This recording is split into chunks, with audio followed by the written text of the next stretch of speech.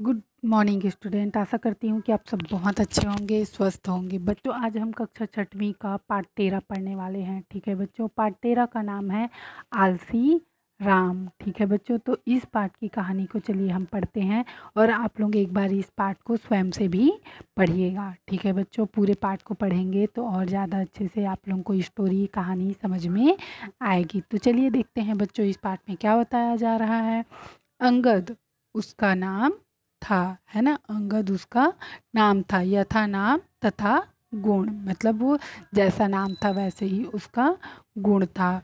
वाली कहावत उस पर पूरे 100 पैसे ठीक उतरती थी। ठीक है बच्चों, यहाँ पे कह रहे हैं कि अंगद नाम का एक व्यक्ति था और जैसा उसका नाम था वैसा ही उसका गुण था, है ना। जहाँ वह बैठ जाता फिर उठने का नाम लेता। वह न घर की चिंता न खाने पीने की। बेचारी पत्नी गांव का कुटना पीसना करके किसी तरह बच्चों का पेट पालती और अपने पति की राह देखा करती। अंगद कभी घर जाता, कभी किसी के चौराहे पर ही सोया रहता। लोगों को आश्चर्य होता यह देखकर कि गांव का यह स्वस्थ प्रसन्न प्रसन्न युवक इतना आलसी क्यों है। बात किसी की समझ में न आती। कभी कोई पड़ोसी उसकी पत्नी से कहता कि अब यदि घर आए तो उसे भोजन न देना। कभी उसके लिए दरवाज़ा बंद रखने की तरकीब दी जाती, परंतु अंगद पर उसका भी कुछ असर न होता। वह जेठ में सूखता और न भादों में हरा होता। किसी किसी ने उसे काम पर बुलाया तो ठीक और न बुलाया तो ठीक। न किसी से राम रमैवल रमौवल रमौवल न किसी से दुश्मनी। बस अंगद अंगद ही था, है ना। बस अंगद अंगद ही था। अब यहाँ पे बताया जा रहा है कि अंगद जो है वो एक नंबर का आलसी व्यक्ति था, है ना। उसको काम मिले तो भी ठीक, नहीं मिले तो भी ठीक। उसकी पत्नी जो है सबका काम करके अपने और अपने बच्चों का पेट पाला करती थी, है ना। पड़ोसी लोग उसको बोलते थे कि अगर अंगद आए तो कभी दरवाज़ा मत खोलना, भोजन मत देना तो शायद सुधर जाए। लेकिन अंगद तो अंगद ही था, उसको कोई भी फर्क नहीं पड़ता था। धीरे धीरे एक दिन परव ठेठवार ने कहा कि अंगद तो चोर है, कल रात उसकी बाड़ी में कुंदरू चुराने आया था। बात पर किसी को विश्वास नहीं हुआ। अंगद की घरवाली से पूछा गया तो पता चला कि वह पिछले 3 दिनों से घर नहीं आया। बेचारा ठेठवार की रुसवाई हुई और बस, है ना। अब क्या हुआ कि जो गांव का ठेठवार था, है ना, वो बोल दिया कि अंगद ने मेरी बाड़ी से कुंदरू चुराए हैं। और इस बात पर किसी को विश्वास ही नहीं हुआ, है ना। बेचारा वो क्या हुआ कि वहीं पे शर्मिंदा हो गया। परंतु अब अंगद के पीछे काफ़ी नज़रें लगी होती। लोग सोचते कि यह प्रायः घर नहीं जाता, खाने के लिए कभी कभार काम के एवज में कोई कुछ देता है, परंतु उतने में ही इस जवान शरीर का पोषण भला कैसे हो सकता है। परंतु अंगद था कि राग द्वेष से परे जिए चला जा रहा था, है ना। अब लोग उस सोचने लगे कि इतना जवान शरीर को थोड़े से खाने में क्या होता। सबकी नज़रें उस पर लगे रहती थी। भादों की रात थी, पूर्णमासी थी, परंतु बादलों के कारण धूप अंधियारी छाई हुई थी। कोचरू पटेल अपनी बाड़ी की रखवाली कर रहा था कि सहसा उसे आवाज़ सुनाई पड़ी, खीरा रे भाई खीरा, बड़ सुघर रुख हीरा, खाओ का दूर चार, खा नगा हजार, है ना।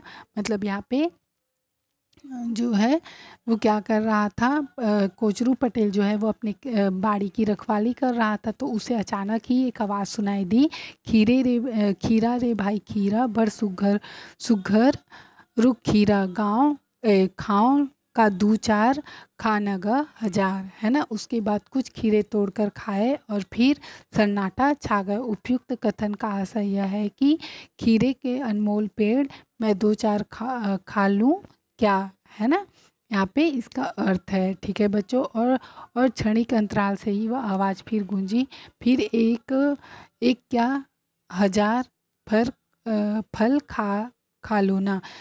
सुनकर कोचरू पटेल दंग रह गया। पहले सोचा कि कहीं भूत प्रेत न हो, बाहर निकलकर ललकारने की हिम्मत न हुई और खीरे खाने वाले खाकर चला गया। प्रातः जब उन्होंने गांव के लोगों को इस बात की चर्चा की तो किसी ने कहा कि हो न हो सपना देखा होगा। फिर उस गांव में तथा आसपास कोई न कोई ऐसा सपना कभी कभी देखने लगा।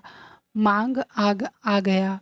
कछार में कलिंदर लगाए गए, रखवाली होने लगी। एक रात को मंगू ने अपनी बाड़ी में सुना, है ना। अब क्या हो गया बच्चों यहाँ पे कि जो कोचरू पटेल थे उसने तो सबको ये बात बताई, है ना, सबको बताई कि मैंने ऐसे ऐसे सुना। तो गांव वाले ने उसको क्या कह दिया कि तुमने सपना देखा होगा। अब ये बात ये हो गई कि गांव में किसी न किसी को ऐसा सपना आने लगा, है ना। अब एक दिन क्या हुआ कि एक रात को मंगू ने अपनी बाड़ी में सुना। अब यहाँ पे मंगू के बारे में बताया जा रहा है, ठीक है। फिर वही बात, कलिंदर रे भाई कलिंदर पाके हवस तय सुंदर खाँव का दू चार खाना ग हजार, है ना। अब यहाँ पे फिर शुरू में कुंदरू के बारे में बताया जा रहा था, अब किसके बारे में पहले शुरू में खीरे के बारे में, अब कलिंदर के बारे में यहाँ पे बता रहे हैं। और उसके बाद दो चार कलिंदर तोड़कर भागने की आवाज़। इस घटना ने अंगद को चोर सिद्ध कर दिया। बेचारा गांव में पंचों की बैठक हुई। आखिरकार इस अंगद को क्या सज़ा दी जाए। दिखने में तो यह चोर नहीं दिखता।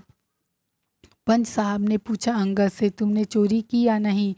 मैंने तो पूछकर ही फल तोड़े थे। अंगद ने कहा। किससे पूछा। पेड़ ने। पेड़ से, अंगद ने कहा। पेड़ भी बोला है क्या।